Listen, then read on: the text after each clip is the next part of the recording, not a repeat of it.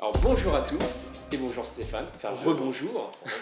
Donc après avoir parlé de ton parcours d'entrepreneur, cette fois-ci on va parler un petit peu de développement durable parce que c'est vraiment le cœur de ton métier, le cœur de ton entreprise, le cœur de ta dynamique. Et par rapport à nos lecteurs, je pense que c'est un sujet très passionnant. Et justement, donc, on parlait donc, dans ta première interview d'entrepreneur que tu avais construit Suria sur cette vision du développement durable basé sur l'individu et la société et l'écologie. Et justement, je voudrais qu'on creuse un petit peu tout ça. Comment tu as imaginé Suria pour contribuer à notre monde? Ok. Je ne l'ai pas imaginé, j'ai copié. D'accord. Mon itinéraire personnel au départ, c'est une recherche, on va dire, de sens, une quête de sens. Je suis un jeune étudiant qui arrive dans un système où il ne se sent pas à sa place, donc j'ai une recherche de sens qui me mène au cœur des traditions orientales, asiatiques, donc bouddhistes, etc., méditation, etc. Bon. On retrouve quelque chose, mais c'est en décalage avec le modèle actuel, on est un peu en avance sur son temps, et donc j'ai commencé à transmettre ces arts-là pour essayer de faire en sorte que les gens puissent se retrouver un petit peu eux-mêmes. Il se trouve que maintenant, il y a une mode du yoga partout, où tout le monde pratique le yoga, donc cette mode-là est passée. Mais dans mon voyage en Asie initiatique, entre guillemets, j'ai vu qu'il y avait déjà des individus qui avaient ce genre d'initiative, c'est-à-dire qu'ils couplaient ce triptyque, ils regroupaient ce triptyque de spiritualité, retrouvée de l'individu, sens. Hein. Quand je dis spiritualité, c'est pas religiosité, hein, c'est juste du sens, qui on est, vers où on va, pourquoi on est là. Avec l'écologie, respect de la nature. En général, ils vivaient dans la nature entourés d'arbres où ils en plantaient, dans des terrains ils se réappropriaient, donc développement durable, et surtout humanitaire, c'est-à-dire que tous avaient un projet autour d'un orphelinat ou l'éducation des enfants, notamment en Inde, des enfants défavorisés. Et donc la synchronicité et le fait que chaque fois que j'allais voir un sage, il y avait ça ça m'a quand même fait réfléchir. Et j'ai dit voilà, donc est-ce qu'on peut aussi étendre à partir des simples cours de yoga, de méditation, retrouver laïque, un peu comme la pleine conscience, qui se développe en même temps. C'est-à-dire à la fois il faut réapporter un système, je dirais, d'épanouissement personnel à travers les arts de la méditation, mais qui puisse être adapté au XXIe siècle, qui ne soit pas quelque chose de sectaire ou le retour vers une superstition moyenâgeuse ou orthodoxe, non, quelque chose qui soit adapté à notre société, voire même laïque, voire un peu scientifique, une science de la méditation, si je puis dire. Il y a déjà des initiatives autour de ça, dont Mathieu Ricard parle très bien, comme la pleine conscience. Donc c'était ça le cœur au départ du métier, chronologique.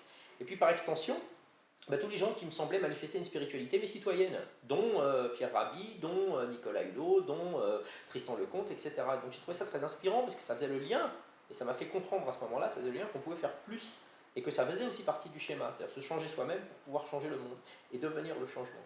Et donc ça passait par l'écologie, qui est véritablement la grande cause qui nous réunit tous. Et donc en creusant un petit peu l'écologie, j'ai compris que la reforestation était au cœur du sujet, entre autres, et la permaculture. Et donc on a comme cela développé le projet au sein de Suria, puisqu'on commençait à avoir des antennes internationales, d'avoir différents jardins de permaculture qui serviraient en même temps de lieu de retraite spirituelle, d'épanouissement spirituel pour les uns et les autres. Spirituel, c'est un bien grand mot, mais mieux-être, etc., méditation, etc. Et en même temps, enfin, connecté aussi avec l'éducation dans les zones défavorisées des enfants. Est-ce que tu peux rappeler un petit peu c'est quoi la permaculture que j'aime beaucoup Je ne suis pas un spécialiste de la permaculture en tant que telle et j'aurais bien trop peur de dire des bêtises, mais la permaculture, c'est une nouvelle façon d'envisager l'agriculture, en fait, qui respecte en fait le milieu. Voilà. C'est une imitation de la nature, voilà, où au lieu de faire par exemple de la monoculture sur un terrain en cultivant uniquement par exemple des mangues, ça va être d'avoir un manguier entouré d'autres plantes, de plantes aromatiques. La synergie des espèces. Exactement. Mais voilà, c'est-à-dire c'est vraiment organiser la nature, s'inspirer de la nature et l'organiser avec clémence, et ne pas la violer, comme dirait Bourguignon, et détériorer nos sols par une agriculture intensive qui est là. Donc on est entouré de gens qui sont des experts, dont un ingénieur, notamment chez nous, un ingénieur agronome, et puis d'autres, qui nous font... C'est pour ça que c'est vraiment un collectif. On se réunit autour de cette même vision, chacun avec ses spécialités, et on essaie de pousser, de faire avancer ce projet ensemble, et cette réflexion ensemble. On a des architectes aussi sur l'habitat dans les zones défavorisées, durables, etc.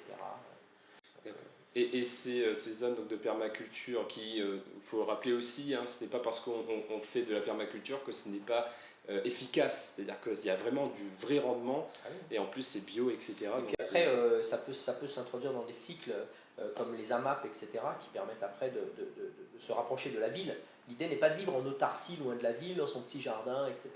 L'idée, c'est de pouvoir créer du lien avec la ville, justement pour désengorger, si je puis dire, la ville, ou la revivifier à travers des produits naturels, et puis surtout donner aussi aux gens envie d'aller se balader à la campagne, et puis de se retrouver un petit peu dans la nature, et donc de comprendre à quel point c'est une richesse précieuse et nécessaire. Donc je pense qu'il y a vraiment un éveil des consciences à faire à ce niveau-là, qui est bien en marche, mais qu'il faut continuer. Donc notre phase 2 dans Surya écologie, entre guillemets, elle est liée à ça aussi. C'est vraiment faire bouger les consciences à travers ça.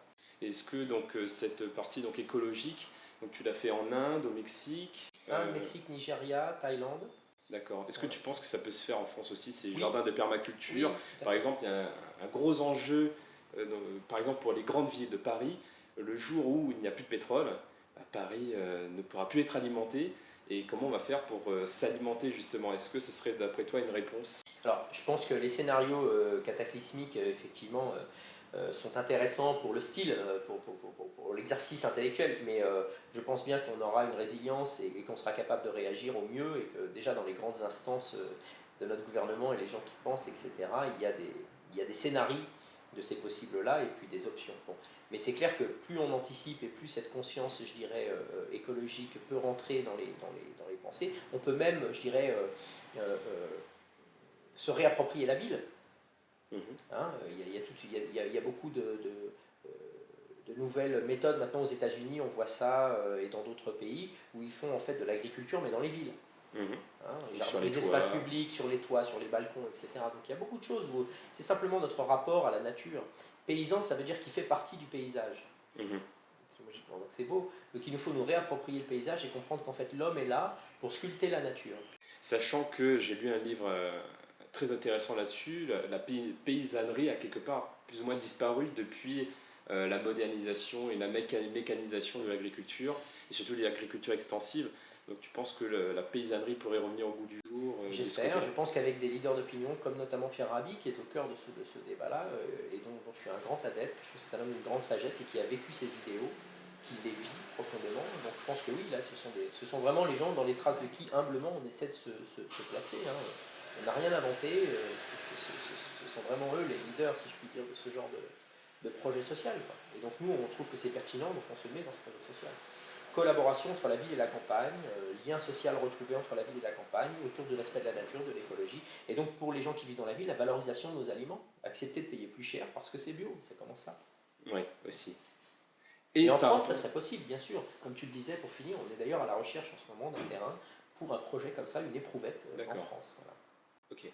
Et par rapport à l'aspect humanitaire, est-ce que tu pourrais nous en dire un peu plus? Qu'est-ce que Surya fait concrètement, notamment en Inde, c'est ça? On soutient quelques milliers d'orphelins et des écoles, donc en Inde, au Népal cette année, au Nigeria à venir, au Mexique maintenant. On ne voulait pas se centrer que sur l'Inde, on voulait étendre. Et puis on va aller jusqu'en Thaïlande aussi cette année, parce que ce sont des zones où on est déjà actif. Il y a beaucoup d'autres associations, enfin quelques autres associations qui se sont portées à notre aide et avec qui on collabore. Voilà, donc essentiellement c'est l'éducation, le soutien financier hein, à des organismes déjà existants, des écoles, etc. Et donc on a des projets, et là par exemple on a un projet à Pondichéry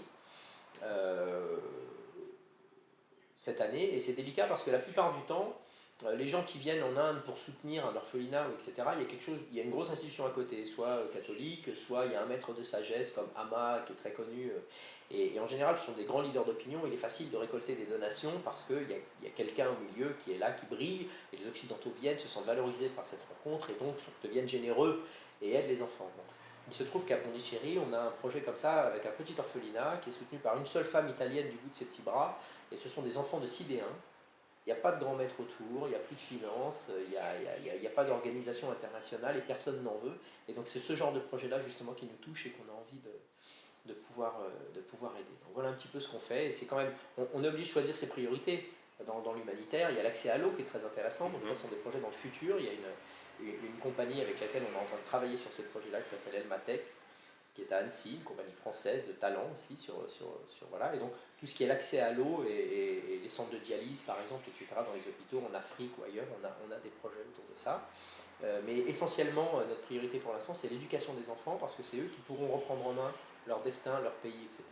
Et on a quelques success stories à titre d'exemple. Il y a une petite fille en Inde, qu'on a soutenu à travers ce lieu-là, et cette communauté-là, et cet orphelinat-là de l'Inde du Sud, qui avait 5 ans en 1990 quand je suis arrivé, et puis en 2011, qui avait 25-26 ans, et qui était docteur et prof de médecine à l'université indienne, etc. Donc c'était une belle success story qui fait que d'enfants démunis au départ, on arrive à les aider à devenir des acteurs sociaux utiles aux autres, et puis eux-mêmes qui pourront aider 100 personnes et plus aussi apporter cette vision. C'est un petit peu tout le sens de ce qu'on fait. D'accord. Merci beaucoup. Donc, bon vent à Surya. Merci beaucoup. Et je pense que vous avez un bel avenir. Merci. Merci à toi de ton intérêt.